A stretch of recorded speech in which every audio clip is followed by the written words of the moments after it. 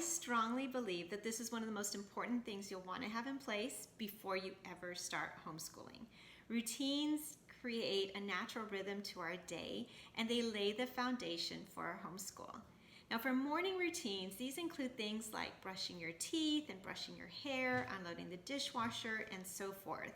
They're things that when they're done consistently and within a reasonable amount of time, they allow for so much more to take place. We can get out of the house much more quickly on those days that we have other events taking place. We can get started with our homeschool day much more efficiently, and then have time throughout the day for all the other things we want to do, like outdoor play and play dates and screen time or quiet time and so forth. But on the other hand, when we didn't have these things in place, I found that I spent much more time chasing them around the house, telling them to brush their teeth, telling them to make their bed. They were frustrated, I was frustrated, and it stole time away from all the things that mattered most to us. And so I want to encourage you to think about, what are the routines, those daily habits that you'd like your children to do every single day? And what can you do to start training them to do those things so that they are done on a consistent basis? Think about those routines and then consider a reasonable time frame to implement them in. For us, we have a 5-year-old, 8-year-old, and 12-year-old, almost 12-year-old. And so we have found that if they're up by around 7:45, they can complete all the routines by 8:30. So at 8:30 every single day, we gather at our table for Bible and breakfast. That works for us. Now, if you have a newborn or if you have lots of little ones, you're going to want to give yourself some grace, of course. You're going to want to allow a little bit more time in there for flexibility and to allow the children to learn those routines and gain that independence first. Now, I've also found that once we gather, if they have not completed their routines, then we do have a natural consequence. And the natural consequence is that when it's time to go outside to play, if they've not completed their routines, then they need to stay indoors to complete those first. Now, we have charts that I'm going to share with you in just a bit. I've included these free printables on my site that you're welcome to download. I also have some blank versions, so you can customize that so that it can work for you and your family. And before I do that, I also want to share one more tip. This is something that we do the night before, but it lays that foundation for a much smoother morning. So I'm going to take you over to our homeschool room and show you what that looks like. The first tips I want to share with you is starting off with a clean space. Now, we do this the night before so that in the morning we don't have anything to worry about. We don't have to be pushing things around or cleaning up or moving anything around. This is our designated empty space. And every night we clear it out and it's ready to go the next day.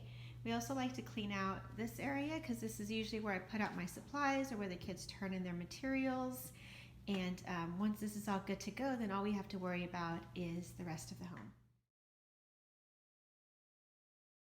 Each morning, the children use this printable to keep track of their morning routines. Basically, all I did was put this into a plastic sleeve that has this magnet on the back. So this goes on the refrigerator along with a dry erase marker, and the children fill in the bubbles after they've completed each of these activities. My son completes the first bubble because he's the oldest. My older daughter completes the middle one, and my youngest fills in that third bubble. Now, you'll notice that each of these activities also has a picture next to it, and that's used by my youngest. She is not reading just yet, and so that helps her know what is expected, and then she can fill in her bubbles as she completes each activity as well. Now, the first thing they do is morning prayer, and so this is just a reminder to them to just spend a few minutes praying and just focused on the Lord.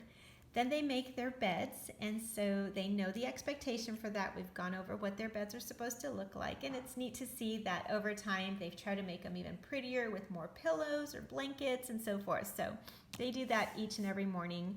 They brush their hair, they brush their teeth, they get dressed, and then they all help with the dishwasher. So my son does the top rack, my daughter does the middle rack or the bottom rack, and my youngest takes care of the silverware. After all that's completed, my son takes care of the dog. He walks the dog in the morning. Later on, my daughter will walk him at lunchtime, and my youngest will walk the dog in the afternoons when we're all outside. So by the end of the day, and by 8:30, all of these will be completed. And so it really gives me a visual where I can quickly check what they've done. It also helps them keep track of their progress, and it gives them that independence that they need to start developing these habits so that I'm not having to remind them constantly. So this has worked out extremely well for us. I went ahead and created a second document for our evening routines. And so these are the things that we want to make sure are taken care of each night before the children get into bed. Now, we found early on before this that they were constantly wanting to get up for water or to go to the restroom, and so this helped eliminate a lot of that. We wanted to make sure those things were done prior to getting into bed. Now here, when we were out and about, we would jot down what we were planning to do the next day. So if we were going to go to the park, then we would put something like park day on here so that they would know what clothes to set out. We'd also put up the weather here. So we would put the temperature, and then they can determine, oh, I need shorts for tomorrow, or I need a jacket, depending on what that temperature was like. And so they'd set out their clothes, and this was just to prepare them. The next morning, they don't have to think about what they're gonna wear. They don't have to spend 10 minutes looking at the temperature and asking me what's gonna happen. They can instantly go into their morning routines, and it just makes for a much smoother morning. So these are the printables that I am gonna include on the website. They are free to download. I'll include multiple bubbles and different numbers of bubbles here. So if you have 4 children, 3 children, 2 children, 1 or older. And I'll also include some blank versions for you. So if you're interested in this, go check it out at nurturingconnectionshomeschool.com.